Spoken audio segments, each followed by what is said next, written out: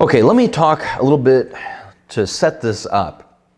Let's talk about a hypothetical scenario. And I think this will help you understand why it's called a probability version of the problem of evil. Let's pretend that we all decide to move to a new city together. All right, we're done with Lincoln for whatever reason. The football team is just not getting any better, so we're going to take off. We're moving to a new city, right? Where do you guys want to move to? Somebody said Florida. All right, what city in Florida? Orlando, Florida. All right, we're all moving to Orlando. And we're super excited because we've heard that Superman actually lives in Orlando now. So everybody there tells us, hey, you made a good decision. Come down here to Orlando. There's no crime. There's no pain. There's no suffering. There's no evil. There's no bad guys because Superman is here and he takes care of us. Right? He comes in and he swoops in and saves the day, so there's no problems here in Orlando whatsoever. Come on down. So we're super pumped. We moved down to Orlando. We lived there, and the first week we're there, our apartment gets broken into, and everything, all of our belongings are stolen. Our car gets jacked, and we get mugged on the street the very first week. And we're like, what in the world? What's going on here? We thought Orlando was going to be such a great place because Superman would swoop in and always save the day. And let's say we continue to live there, even though all those bad things happened to us the first week. We continue to stay there, and maybe we live there for a few years, and we just keep seeing bad things happen on the news to other people, and bad things continue happening to us, and we never see Superman at all. And years go by and there's no Superman. We never hear of him, we never see him, and eventually we might start to wonder, well, where is he then? It's not impossible, right, for Superman to exist, but it just doesn't seem likely that he's at least here in Orlando, because all these bad things keep happening. And so we might conclude, not that we know with absolute certainty that Superman isn't there. Maybe he's tied up with kryptonite somewhere. Maybe Lex Luthor has him tied up with kryptonite somewhere. So we're not saying it's impossible for Superman to be here. It just seems pretty unlikely considering all these bad things are happening and he never swoops in to save the day. And that's kind of what the probability version of the problem of evil is getting at. Those who make this argument aren't saying that it's impossible for God to exist. It just seems rather unlikely considering that there's all this evil and suffering in our world. And that's why it's called the probability version. As I said, it's more difficult to defeat because it's not as strong of a claim.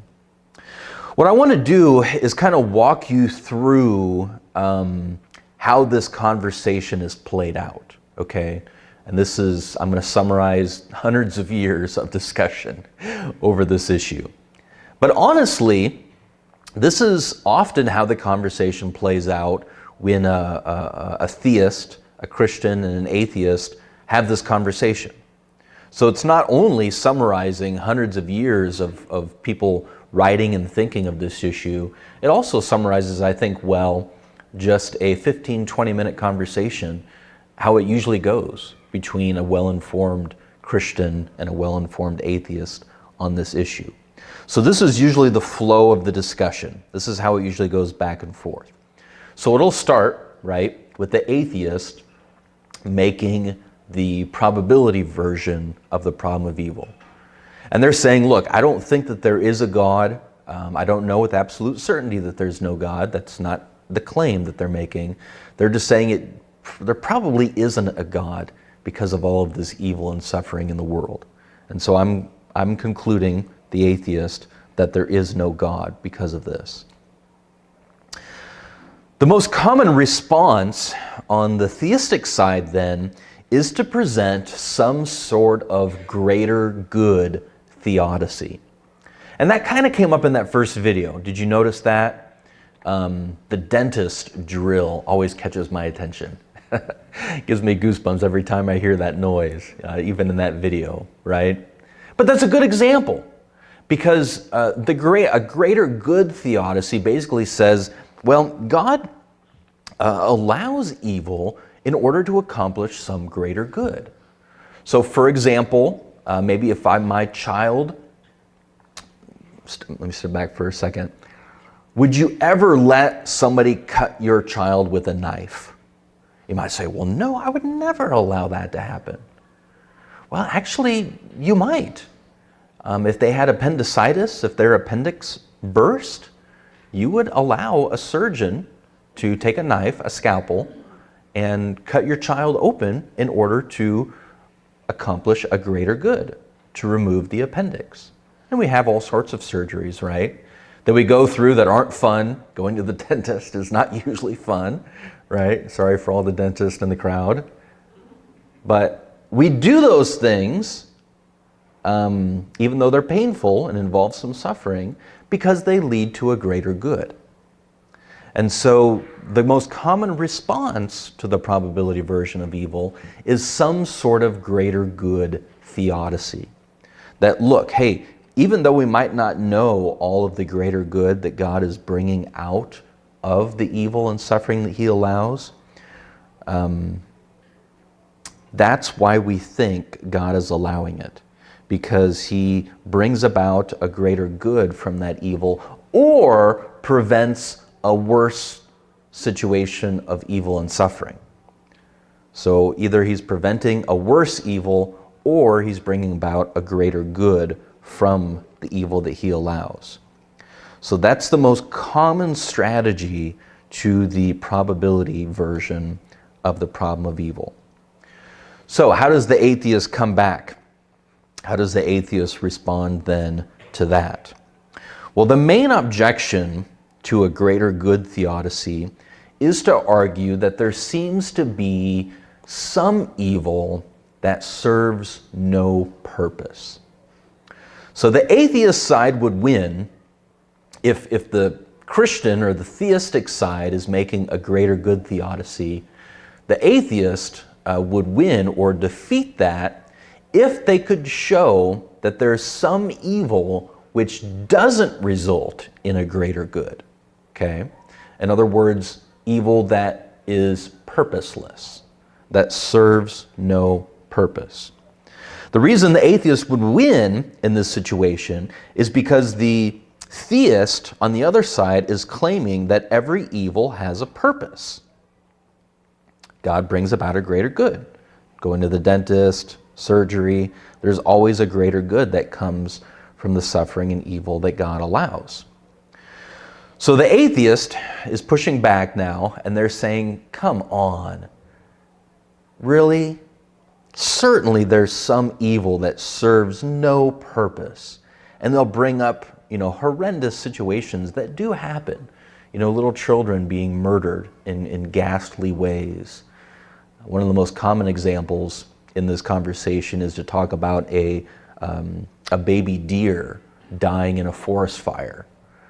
And the atheist would say, what greater good could ever come from that terrible suffering that poor little baby deer experienced in a forest fire? How could there be any greater good that would come from that? So that is how that's how the back and forth usually goes.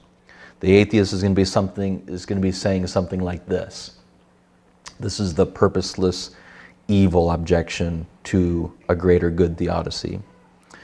They would say, look, God's not going to allow purposeless evil that serves no purpose, brings about no greater good, if He's all good and all powerful. But certainly some evil has no purpose. Therefore, God probably doesn't exist. Again, they're not saying it's impossible for God to exist. They're just saying it's not very probable.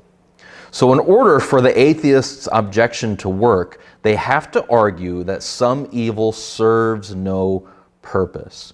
And they try to bring up examples and kind of forces us into a corner to try to ask of us what possible purpose could such and such evil accomplish.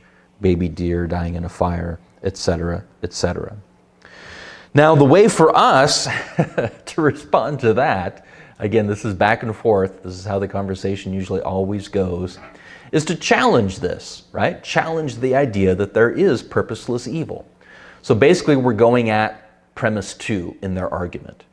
So the most common way that the theist then pushes back against this is to argue against premise 2, to argue that no, in fact, all evil and suffering does accomplish a greater good, some sort of purpose. Now, we don't have to claim that we know what the greater good is. So we can work ourselves out of that corner, right, that the atheist is trying to force us in by coming up with the greater good or the purpose for every single evil. We can easily just say, look, we don't know what the purpose is for all the instances of evil and suffering in the world. We just think that there is ultimately going to be a greater good that comes as a result. Even though we don't know what it is, that does not mean there isn't one. So here are some ways, just in a friendly conversation, that you can push back against their purposeless evil objection. You could say things like this: how could you know that some evil has no purpose?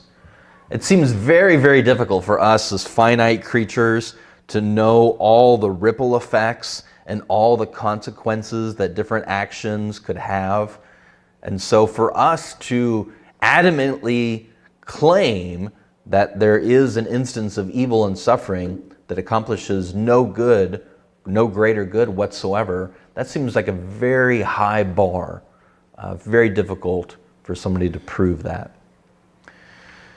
And we could also point out the fact that this life is not the end of the story.